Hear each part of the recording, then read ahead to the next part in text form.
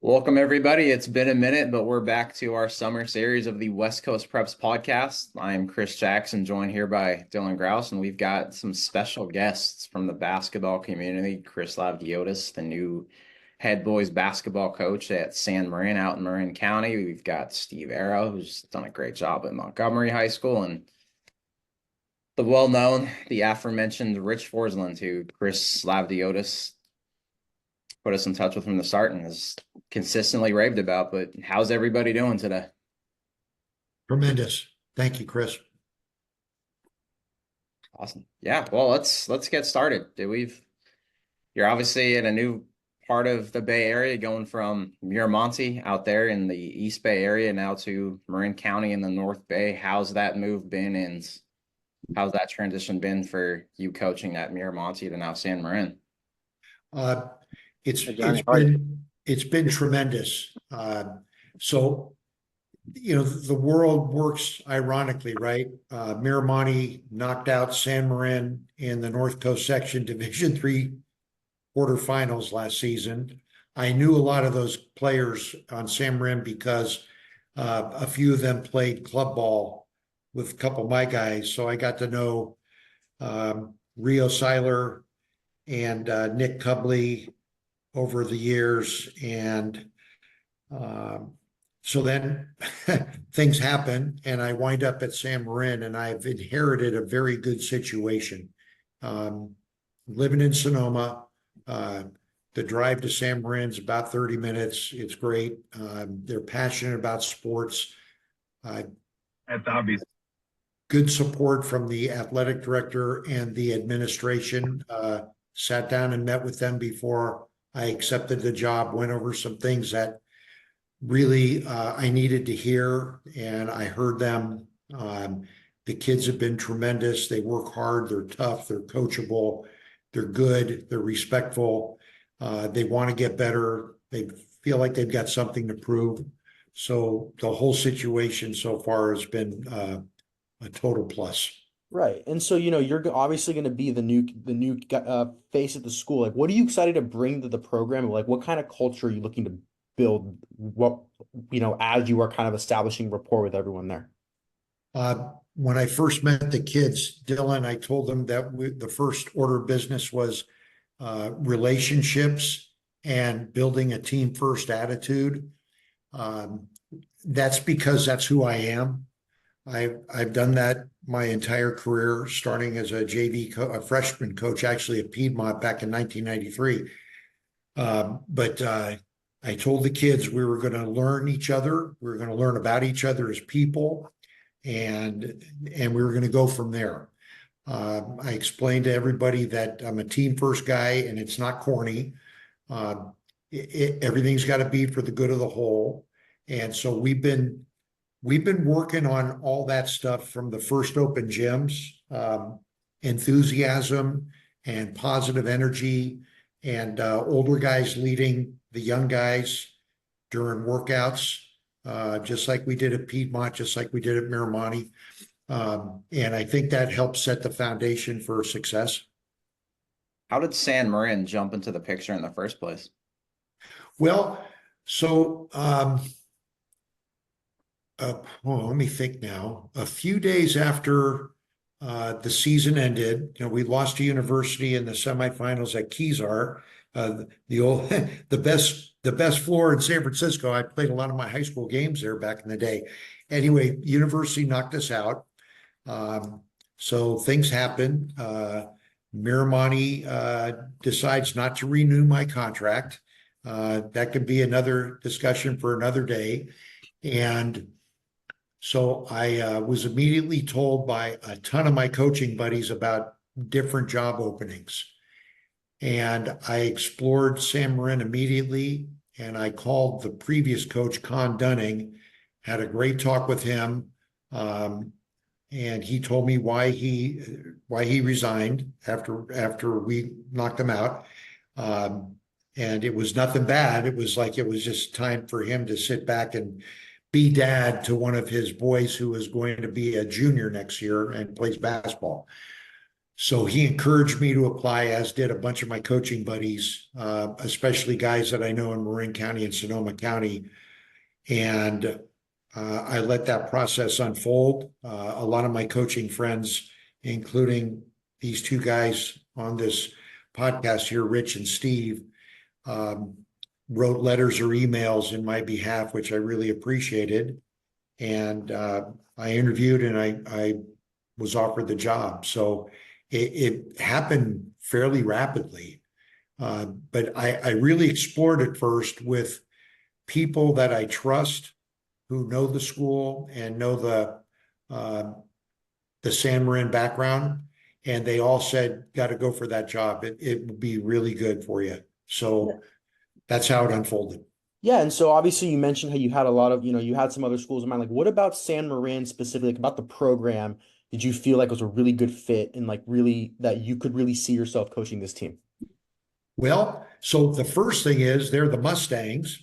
And I grew up in San Francisco and went to Lincoln, and I was a Mustang at Lincoln. So jokingly, kind of a full circle moment, Dylan, but seriously, what told me it was great was when I met the boys. All the returning players were invited to the gym 2 days after I got the job, and they came in after school and we sat for about an hour, and I asked questions and I listened to their comments, and it became readily apparent to me that they were ready for someone to kind of lead them to the next step in their development. We had a discussion about what they thought they lacked and what they thought they needed. And I let them know that with their help, I could help provide that. And they had to provide a lot of the leadership, of course, and they've been doing that. But we just had a really good, candid conversation. I told them about myself. I asked them to ask me questions about my background. They did. I asked them things like, tell me who the best defender is in the gym. They all pointed to one guy. Who's the best rebounder? They all pointed to another guy. I never asked them who the best player was. And then I asked, who's the best glue guy? And they said, we don't have a glue guy. And I said, okay, that's really important information and it's very useful. We're going to develop a glue guy, but it's going to have to happen on its own. You can't force anybody to be a glue guy. So we had a nice discussion about what a glue guy does. And I can tell you, as I sit here right now, there are several candidates. There can be more than one glue guy, but every team needs one if you're going to get anywhere. So Dylan, it was just stuff like that from the start, just having good discussions and listening carefully to what they thought they needed from me. Right. What do you look for in a glue guy? I'm sorry? What do you look for in a glue guy? In a glue guy? Well, so, Chris, years ago at Piedmont, when I got the varsity job in 2001, I'd been the JV coach for 7 years. And I finally got the varsity job, and I developed a perpetual award called the Coach's Ironman Award. And the Coach's Ironman Award is symbolic of a person who does all the stuff that doesn't necessarily show up on the stat book. So people who are willing to defend and block out and dive for loose balls and take charges and we all know who those kinds of players are. So anyway, what I look for in a glue guy is somebody who is going to run through a wall and set a great example for his teammates without necessarily having to be the vocalist guy, right? The loudest guy, but everybody looks at and goes, if he's willing to do that, so am I. I guess you would say like the glue guy is the ultimate competitor and competes on every possession. And if something goes bad, he'll get back, turn it over, get back and either block a shot, take a charge. Or the other day, this happened, we were playing at SI over the weekend. One guy turned it over about 35 feet, right? We were on offense. He hustled back and broke up a 2-on-1, and he broke it up by stunting at the guy without the ball and then attacking the guy with the ball and slapped down on the ball, knocked it off the guy's thigh, it went out of bounds, and it was a turnover then. And he could have given up. he could have sulked, but he didn't. He made a great play. An example to the teammates. So I guess those kinds of things symbolize to me what a glue guy has to be. First to practice, last to leave, always asking intelligent questions, and always trying to get better. Yeah, and you've had massive success both at Piedmont and Miramonte, namely. What would you say like what's one, trait in your coaching style or whatever that you say would like attribute most to the success that you've had as a coach? Oh boy, Dylan, the one trait I would think, being honest and building relationships with the players, like really letting them know that you care about them as people. To me, that's the most important thing. And I always tell the guys, that's job one. X's and O's come second. We can run a million types of offense. The guys on this Zoom right now, we've run flex, we've run Princeton, we've run 4 out, we've run 5 out, we've run 3 out, 2 in, we've run passing game. We've done, all kinds of stuff. I never ran the triangle offense, so I didn't get a chance to talk to Tex Winter, so I never went down that road. But what's my point? I think the kids got to know you're there for them first. And then I think they'll play hard for you if you know that you're open and honest with them, and you kind of put it all out on the table, and you meet with them whenever they need you. And it doesn't have to be a need just for basketball. In fact, some of the most important stuff we do as coaches, you guys probably know this, is when we have individual discussions with kids about things that aren't related to basketball. It could be a problem with a parent. It could be, lo and behold, a girlfriend breakup. It could be a class that's kicking their butt. It could be a myriad of things. It could be a problem with a sick aunt or grandma's dying. And if the players know they can come to you for anything, and have a confidential discussion and maybe get a little guidance, that to me is the most important thing in the work we do as coaches. That's just my take. Right. And when you first took the job at Miramonte and we first spoke, you had talked about the upperclassmen, those seniors making that transition for you almost seamless in a way, and buying in almost immediately to your vision and helping you have that quick success. How have the upperclassmen done that at San Marin? Oh man, so they're great. So that's a wonderful question. I did inherit 6 seniors at Miramonte that were fabulous. We've talked about that before. And those kids came to me after I met them, the day after I got hired, and said, Coach, whatever you need, we're here for you. And so the seniors at San Marin now didn't quite do it that way, but what they did, in that after the conversation I had with them when I met them, I said, can the returning varsity players stay? And there's 7 of them coming back, right? So they all stayed for a few extra minutes. And I said, fellas, help me help you guys. Coach, we will make sure, there 6 of those 7 guys play football. We'll make sure we make every open gym. If there's a conflict, maybe we can bump open gym a half hour or an hour, or we can come halfway through or whatever. I said, that's great. But fellas, you need to tell me what we need to do to reach our potential, because they all told me they did not reach their potential last year. And we knew that. They probably should have been better than 15 and 13. And they all told me that. So that started it, that day, that meeting. And since then, the seniors bring a ton of energy, and a couple of them are kind of coaches on the floor. What I'm trying to teach them is to be a little louder in the gym. I know Coach Forsland's laughing right now because we talk about the need to be loud. Loud gym's a winner's gym. And man, they're getting there. It's a really good group. Yeah, and coach, you've obviously, like what has been has there been anything or like that has been like hard about transitioning to a new job, from Miramani? Like what's been the hardest part, would you say, if there is any, about the transition that you've had this year? Oh, from Miramani to San Marin, the hardest Yes. thing.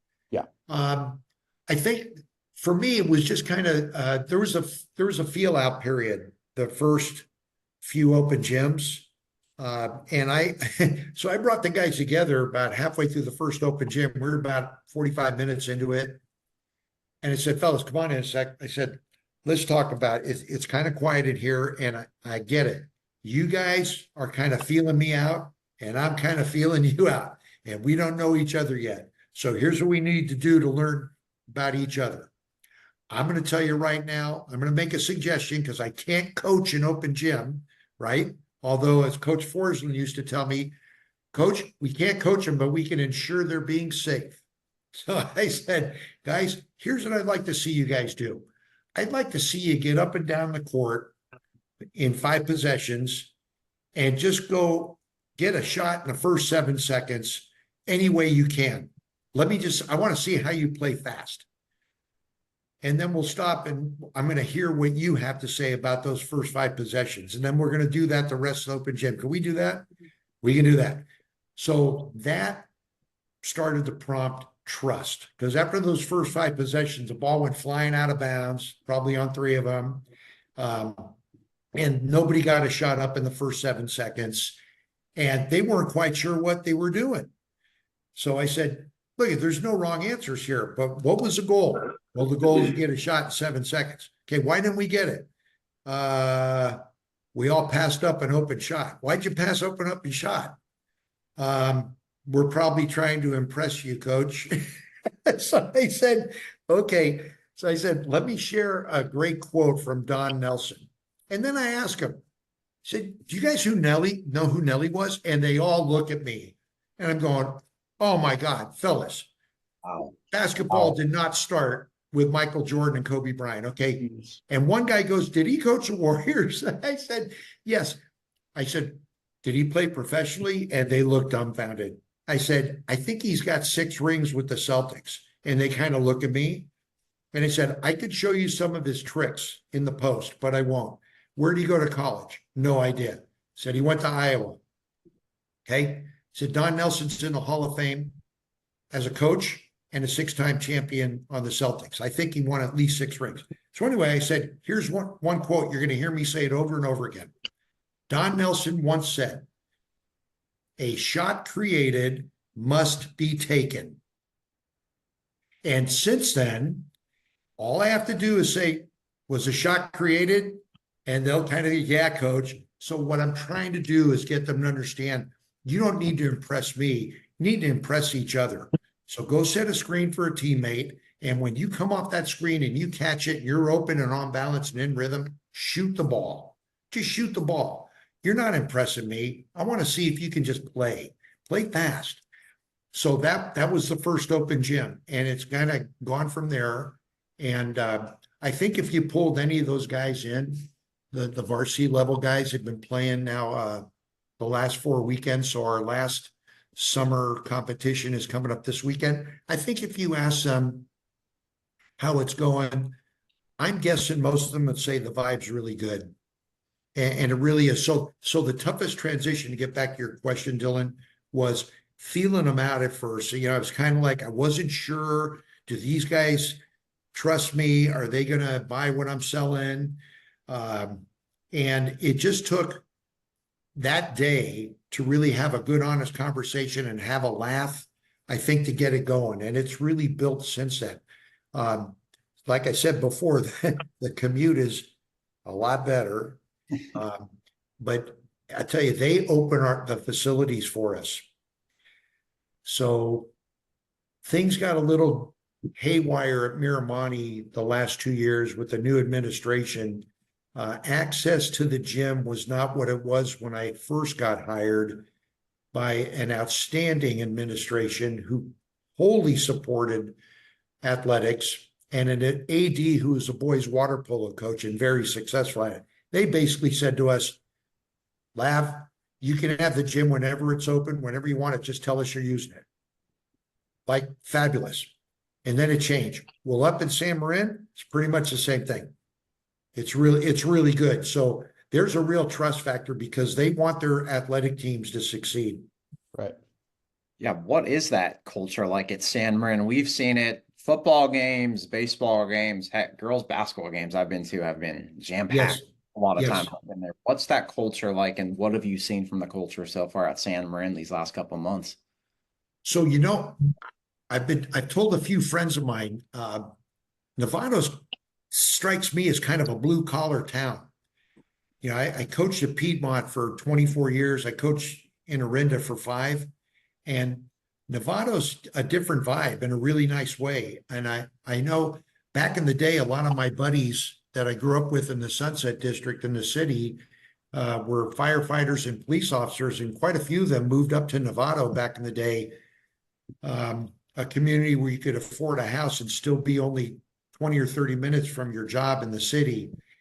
And I know there are a lot of firefighters and police officers in Nevada. It just strikes me as a really blue collar, we really love our sports kind of town. And all the parents have been coming up to me like, we're so glad to have you, coach. And I'm not so naive to say that could go haywire somewhere. Parents are parents. I get that. But oh my gosh, really nice. And they've been there for us since I got there. So I was told when I interviewed that, and I know Tony Butler, the women's basketball coach, Tony and I go back when he was the San Rafael boys varsity coach in the early OOs. And he did a really good job there. They've kind of fallen on hard times, but Tony and I go back, and he told me when he heard I was about to interview, he said, you're going to love it here because we pack our place. Everybody loves supporting the kids. They cheer hard. And I guess it's just part of the school fiber. And since you've been there, like what has impressed you the most about the school culture? I know you mentioned the town of Nevada being a blue collar place, but just about the school environment and the culture, especially with the sports, like what has impressed you the most about what you've seen so far from the school? From my perspective, it's players. They show up ready to play and compete. And, occasionally we need to cattle prod our players, right? Yeah. I told them the other day, I said, there's an old coaching axiom that I don't agree with, and that is you can't coach effort. And I said, fellas, you can coach effort, and I'm going to coach effort right now. You need to play harder. We're actually playing against Coach Forsland's team at Menlo when I had that little discussion with them, and they responded wonderfully. But what's impressed me the most is the kids show up ready to do what they're asked to do. So our practices are really good. I'll give you an example. Last week, we don't have our gym right now at San Marin because they're doing a lot of work on buildings on campus, including the gymnasium. They're re-roofing it and stuff. So we've been practicing at Nevada High School. And last week, we practiced 3 nights at the Hanna Center in Sonoma, which required all the players. It's about 10 minutes from my house. It's a nice gym. I got access to it through the coach at Casa Grande, Nick Guillory, who's a gem of a person. Anyway, for the players in Nevada and the coaches, at least a 45-minute drive at that hour, right? So we were going at 7 to 9, 3 nights last week. These guys all show up, go in the weight room, do a lift for about a half hour, and then get on the court, go through a nice workout. One night I had a bunch of my Miramani alums come up. 3 of them play in college right now. They came up and ran against our guys. The kids were excited to do that. They had all come, I think 5 of them had just come from football. They drive to Hanna Center to run against a bunch of my former players. That told me a lot. Like they were willing to do that. And then they said afterwards, Coach, these guys are all playing in college, man. They came up here. I said, I just asked them if they do it. They did. And you know why? Because those guys, they were tied together, and you guys are tied together. You can be like that, man. Okay. Because someday I'm going to ask you when you're in college to come up and run against the team I'm coaching. And that's how you build a program. So that's what's impressed me the most, Dylan. Right. Who were some of those former Miramonte players that showed up, and how much do you still kind of follow them along and still keep in touch with them? So three of them: Caden Bresnikar, now at UC Santa Cruz; Tyler Duto, now at Chapman University; James Fry, now at Claremont McKenna. And then Caden brought one of his teammates from Santa Cruz, Trey Keating, whose dad, Tim, is the coach at Pleasant Valley up in Chico. And then Ben Murphy, who does not play in college, but attends San Diego State. So you remember those guys? Those were the four horsemen on our open division team in 2022. And I tell you, I stay in touch with those guys all the time. I have a captain text with that group, a group chat. I get on it. I'll say, hey, happy birthday to Caden. They all respond right away. Coach, we're coming up to see you. When do you need us? You know where we're at? I try to stay in touch with these guys all the time because they're a really important part of my life. And I know they appreciate being contacted and being asked to help out. And I appreciate them as people. I mean, seeing them firsthand, coaching them, they're in that 7% that goes to that next level. What separates those types of kids that go to college from the rest, and what does it take to become kids like that? Great question, Chris. In my opinion, it's just they outwork everybody. They outwork everyone. So James Fry, as an example, taking 5 AP classes, comes into the gym with a smile on his face every day. James, everything good? Everything's great, coach. Another example, Tyler Duto and Ben Murphy, during the COVID season, when we weren't sure we were going to have basketball, they said, Coach, we might not play basketball. We're going to play football. Is that okay? I said, sure, go for it. But I've got to tell you right now, we're going to play basketball. It may not be till February, March, or April. We're going to play hoop, but go for it. So I'll tell you what those two guys did. They went to football every day. Then they came to the gym. And there was overlap between the COVID football season and the start of COVID basketball season in 2021. The only time they missed a basketball workout or practice is if they had a football game. Then when the 2022 season came, those four guys I mentioned, they played together from like the third grade on. So they were tied together. Tyler and Ben, every night in the fall, football practice, open gym. Football practice, open gym. They come in from the practice field. You guys good? You need to stretch out. We're great, coach. I give them a protein bar, and then they get on the court. And the only time they missed in September and October and the first part of November is if they had a football game. Otherwise, they were doing two sports at once. That's what separates the guys that are in it to enjoy it and be good players and the guys that play at the next level. Right. Is that they work harder than everybody else. Yeah, and so for you, like, what is the most satisfying part for you about coaching? Obviously there's a lot that goes into it, but just for you, like, what's that thing that really makes you go like, this is what it's all about? Oh man, Dylan, for me, it's when a guy like Caden Bresnikar walks into the gym at the Hannah Center last week and gives me a big hug, says, Coach, it's so good to see you. That's what does it for me.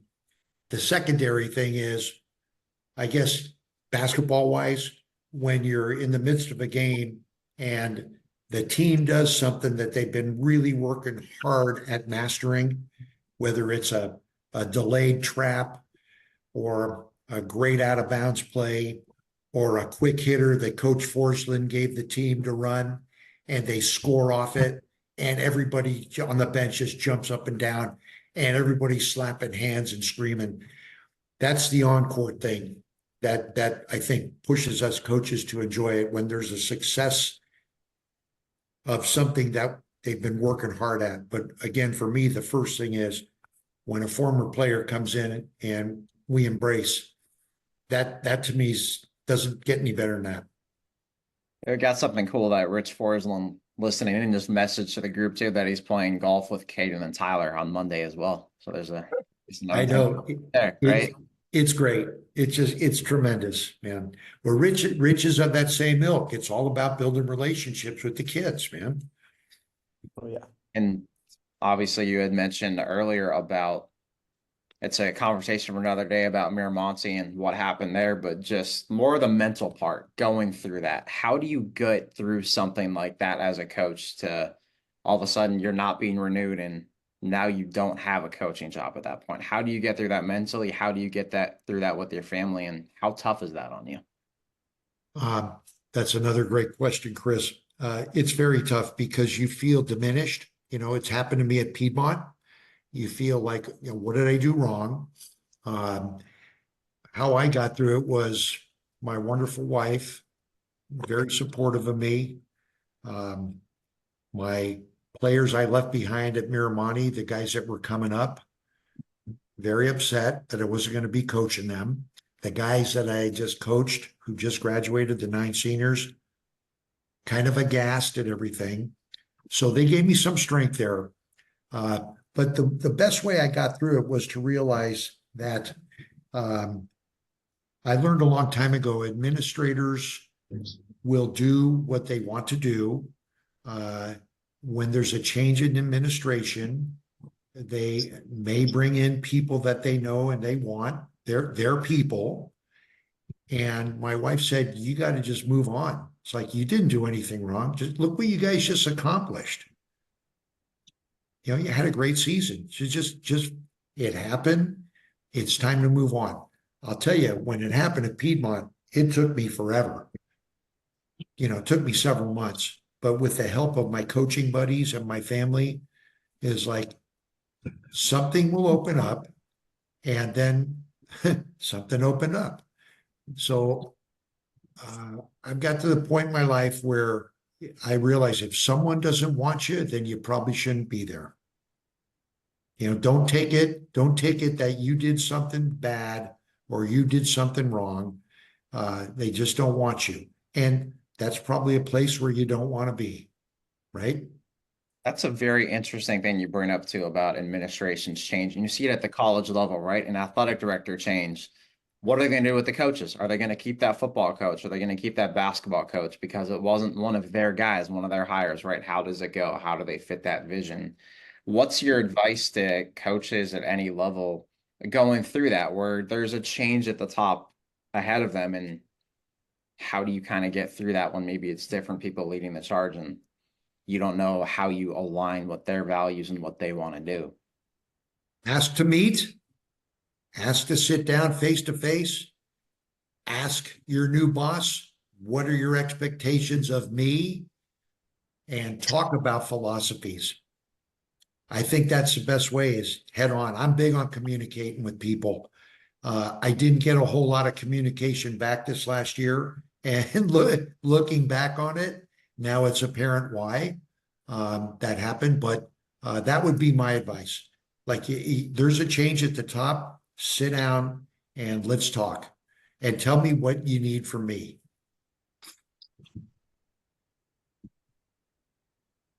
You got anything else, Dylan? No, you asked that question I was actually about to ask. So yeah, you answered that one perfectly.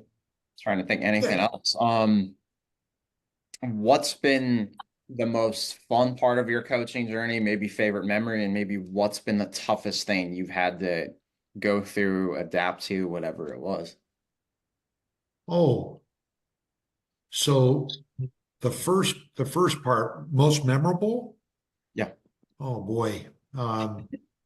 There's a lot of them. I think one thing that stands out is uh, winning the West Alameda County Conference in 2016 with just a stellar group of kids. And along the way, we beat O'Dowd pretty handily and won the league title. And that hadn't happened in forever at Piedmont. That kind of stands out as just a really nice memory because they weren't the biggest group, they weren't the baddest group, but boy, did they play basketball together. And then I would say this, Chris, I never had more fun coaching than 2022, our open division team. Rich and I said at the end of that season, we were exhausted. All of us were, all the coaches, all the players. We put everything we had into that season. It was a blast.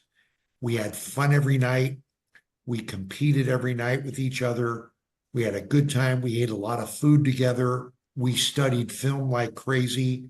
We lifted weights. We beat everybody.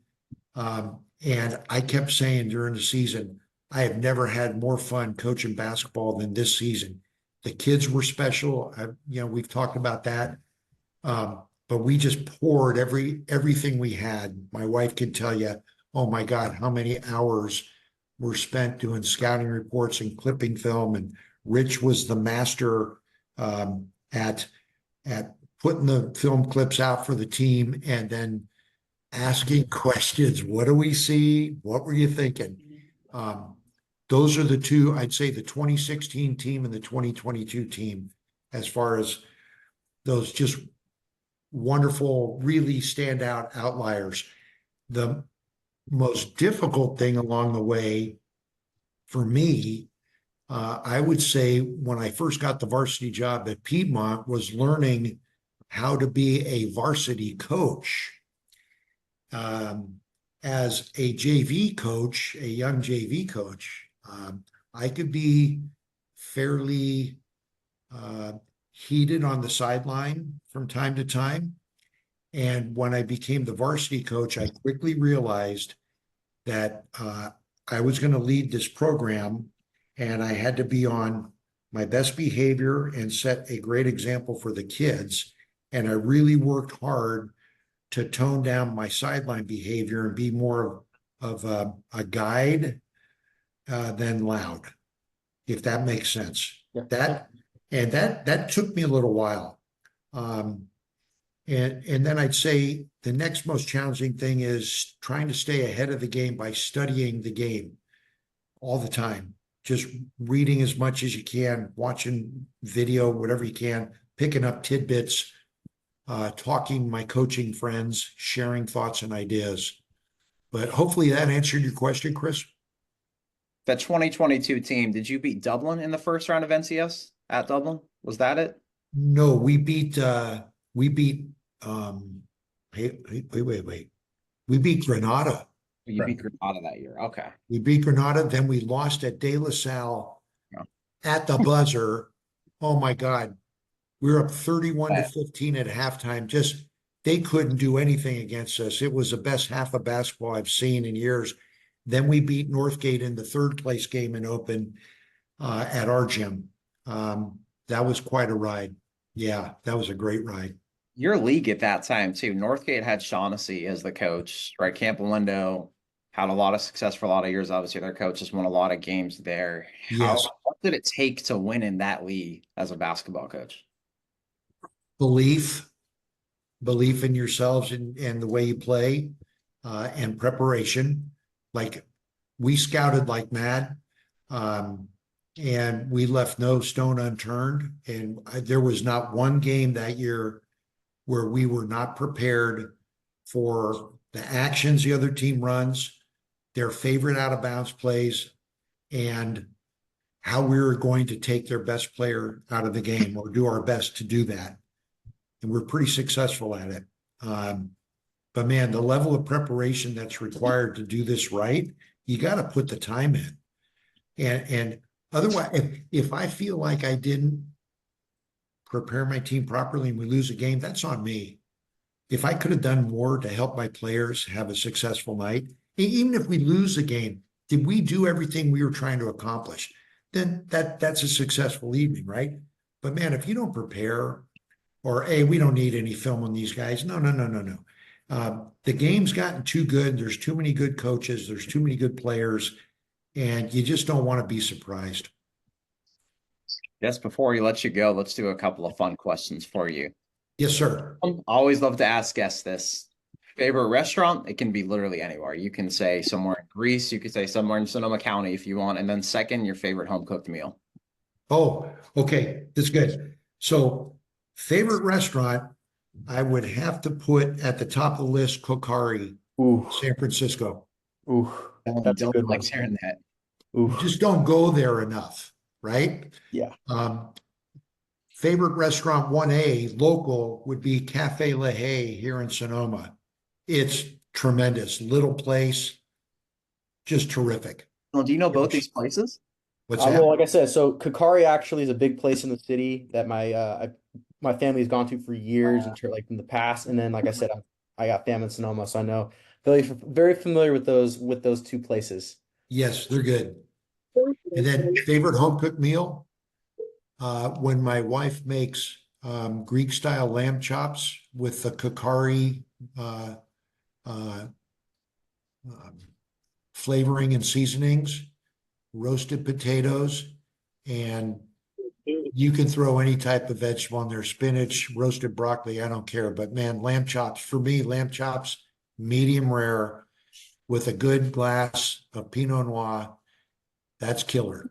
Almost dinner time now, huh? Thank God I'm eating soon. My God. And Yeah. then favorite TV show, Oh, all time? all time, and let's do all time and let's do current. Okay. So all time has got to be MASH. Okay. That's a good Just one. the humanity of that show, the comedy, but the humanity of that show, fabulous.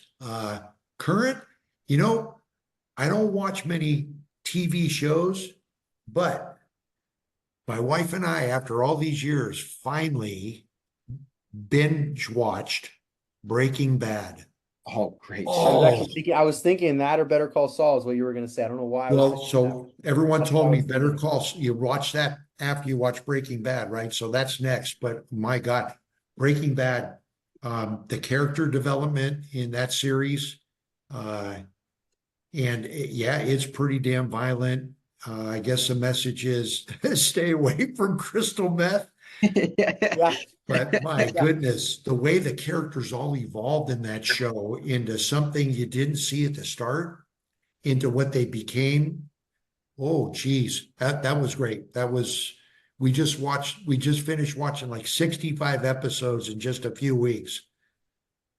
Yeah, there you go. Better Call Saul would be the perfect answer to that too. That's another great show too. It takes about what an episode or two, kind of like Breaking Bad, and then you just sink in. Yep. Well, I'm glad you asked that question because one of the reasons why we watched so much Breaking Bad in May, late May and into early June is because our San Francisco Giants are struggling. So, Jeez. Don't remind me. so Better Call Saul is next in the queue. Yep. Yep. Last one I got for you. Favorite professional athlete all time. Willie Mays. Rest. R.I.P. Willie Mays. I wore nothing but number 24 as a kid, and this is the truth. Unless I was in school during the day and they were on the radio, I did not miss a Giants game. I had that transistor into my earplug. When we went to bed at night, my brother and I had the transistor on really quiet. So my parents didn't know we were still up listening to Giants. Mays, Mays, Mays. Yep. Have a picture of him in my room, the signed picture of him with the catch. I have it staring right at it right now. And we Well, got these at that Giants game we went to Yep. recently. I have it behind there me. I you have it go. I behind me love too. that. The only Yours has no problem arm on it, is but yours has maybe no arm on it. somebody knows someone with the Giants, but mine did not come with the right arm. No right arm. Oh my goodness, There was Chris. no right arm in the box, so I'm not really sure how to handle that. I think you should call up Marty Lurie and see if he can arrange for you.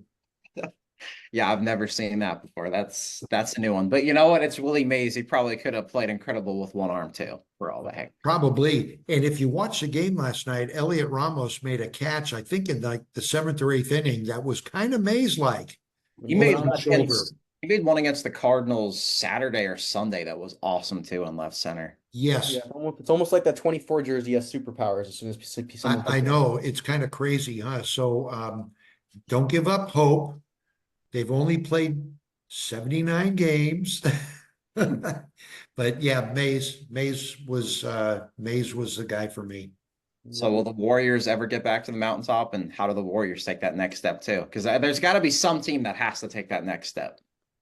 So we've all been listening a lot, like the last few days. So I heard Mark Spears this morning on KBR while I was driving back from practice. I heard Dunleavy's press conference yesterday. Excuse me. And I listened a little bit to Anthony Slater. And there's all these theories going around. But you know what I think is going to happen? I think Dunleavy's got some big thing planned. I really do. Don't you? They think that they're that He's they may got get Paul George. that side to him. He's Well, got a little bit of that mischievous side to him. They think something's they may going to get Paul happen. George. We'll see. So.